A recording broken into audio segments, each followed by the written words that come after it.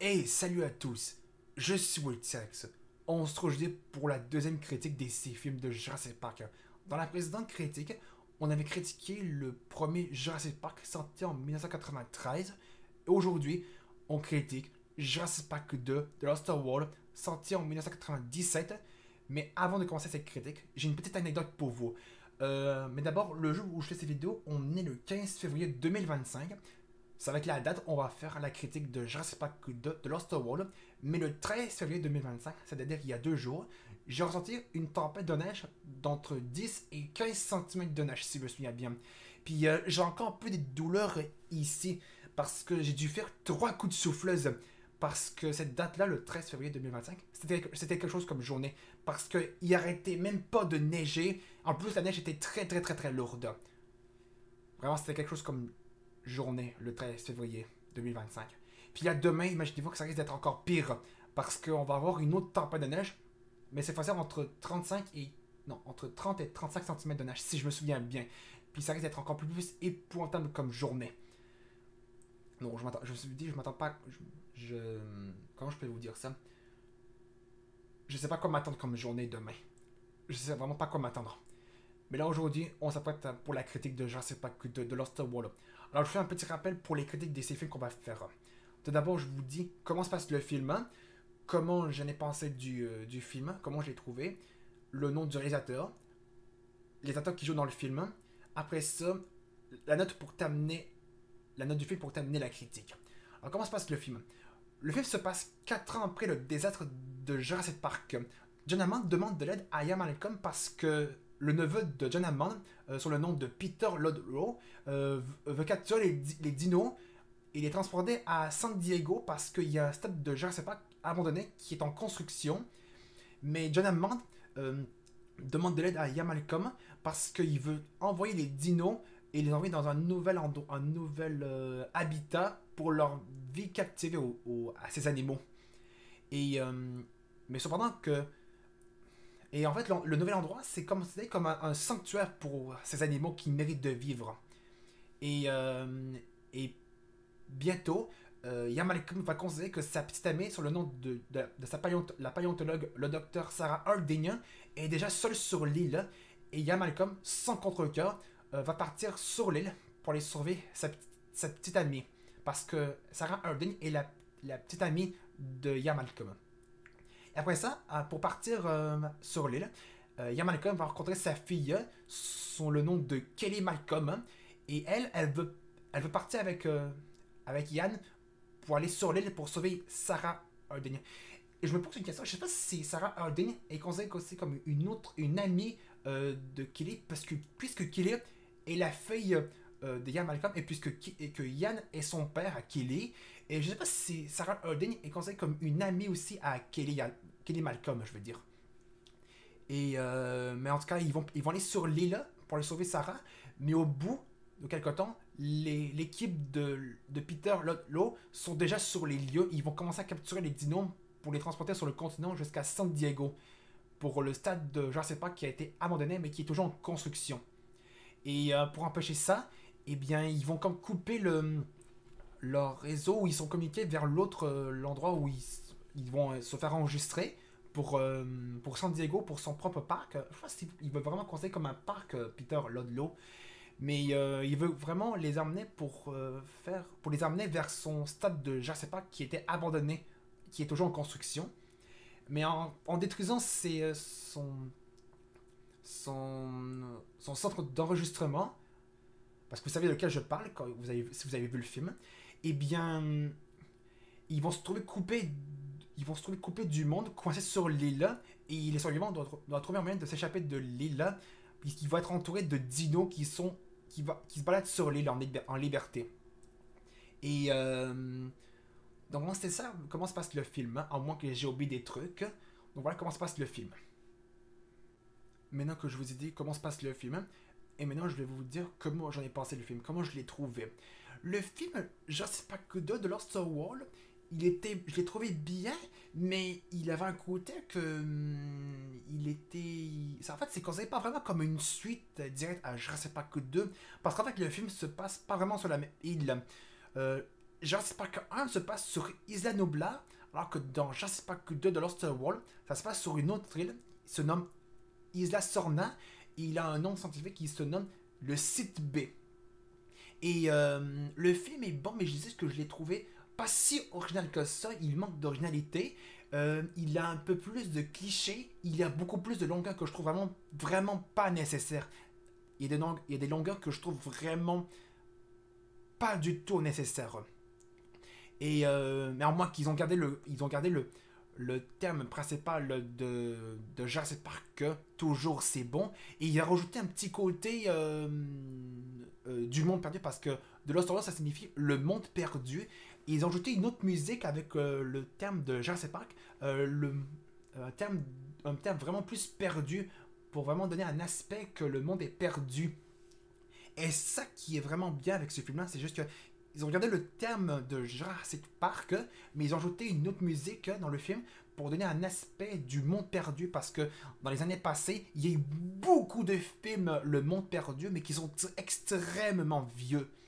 Et, euh, et puisqu'ils ont fait un film Le Monde Perdu dans l'univers de Jurassic Park, c'est plutôt bien pensé, et qu'ils ont ajouté un terme, du thème un peu perdu dans ce film-là, aussi le côté de Jurassic Park très bon et très relaxant dans ce film-là, de Lost World, Jurassic Park 2, que j'ai vraiment bien aimé le terme perdu, avec toujours le thème toujours aussi bon de Jurassic Park, mais c'est juste que le film, il manque d'originalité, il a un peu plus de clichés, il a beaucoup plus de longueur, et que c'est pas vraiment considéré comme une suite directe à Jurassic Park 1, puisque ça se passe vraiment pas sur la même île. Et après ça, le réalisateur qui a réalisé le film The Lost World, Jurassic Park 2 est réalisé par le même réalisateur qui a réalisé le premier Jurassic Park, c'est Steven Spielberg. Steven Spielberg a réalisé Jurassic Park 2 de Lost World, mais il a réalisé le précédent qu'on a critiqué qu'on a fait dans la précédente critique, c'est Jurassic Park 1, comme je viens de vous le dire. Il a réalisé ce film-là. Et au niveau des acteurs, mais il y a deux acteurs qui ne sont pas présents. Il y a l'actrice Laura Dern qui n'est pas présente, ni l'acteur Sam Neill. Donc l'actrice Laura Dern n'est pas présente, ni Sam Neill qui n'est pas présent. Mais il y a uniquement l'acteur Jeff Goldblum qui est de retour sur le nom de son personnage de Ian Malcolm. Mais il y a d'autres acteurs qui sont dans le film. Il y a l'acteur de Roland, que je me souviens plus de son nom, et je savais lequel je parle.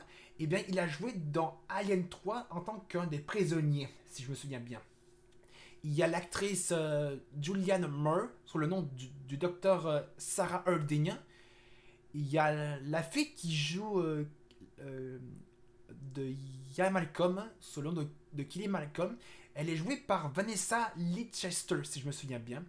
Et en plus, l'acteur qui joue Peter Ludlow, je me souviens plus de son nom. Et il y a aussi l'acteur qui joue Nick, que je ne me souviens plus encore une fois, que je ne me souviens pas comment il s'appelle, l'acteur qui joue Nick. Donc voilà pour comment j'ai trouvé le film, le nom du réalisateur, et aussi comment s'appelle, c'est quoi le nom, c'est quoi les acteurs qui jouent dans le film.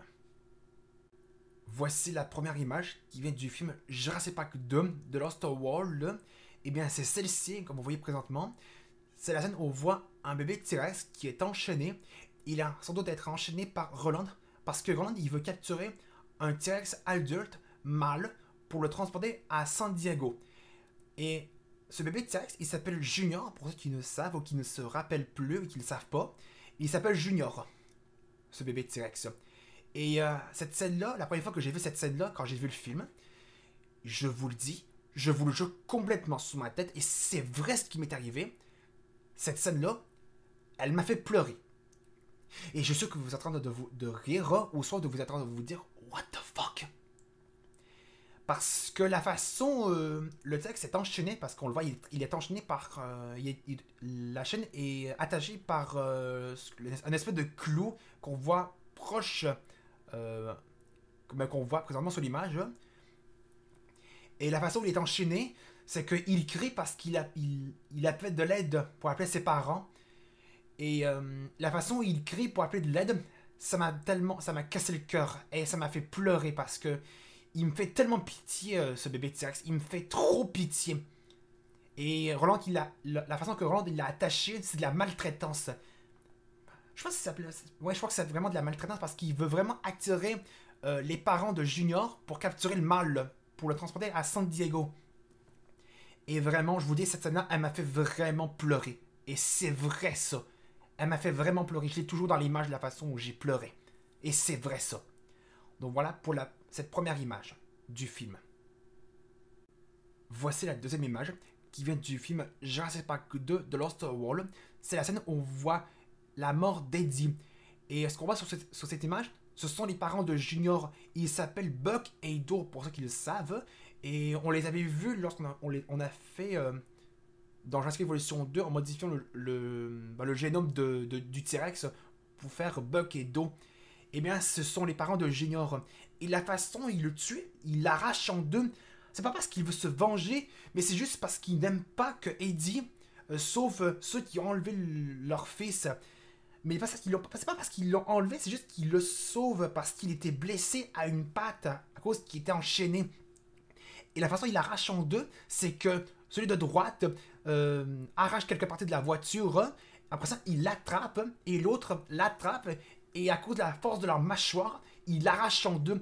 Et c'est une scène qui est plutôt bien faite parce que c'est ça que la majorité des théropodes font lorsqu'ils partagent le repas. Parce que Buck et Do, ils veulent partager le repas pour bouffer Eddie. Il l'arrache en deux pour partager le repas. Genre, il veut se couper un morceau de viande. Enfin, il veut s'arracher un morceau de viande, les deux T-Rex. Sur Eddie, il veut l'arracher en deux pour avoir un morceau de viande, les deux T-Rex. Et Eddie, il ne mérite vraiment pas de mourir. C'était vraiment un héros. Il était vraiment courageux. Genre, il veut sauver Nick. La particulière, l'acteur qui joue Nick. L'actrice qui joue Sarah, parce que je me souviens comment s'appelle l'actrice qui joue Sarah. Elle s'appelle Julianne Moore, si je me souviens bien. Et bien sûr, il veut sauver aussi Ian Malcolm qui est avec Nick et Sarah. Donc, Eddie, il ne mérite vraiment pas de mourir. Ça restera toujours un héros. Il était vraiment courageux. Donc voilà pour cette deuxième scène. Voici la troisième et dernière image qui vient du film Jurassic Park 2 de Lost World. C'est la scène où on voit les survivants dans les hauts diables.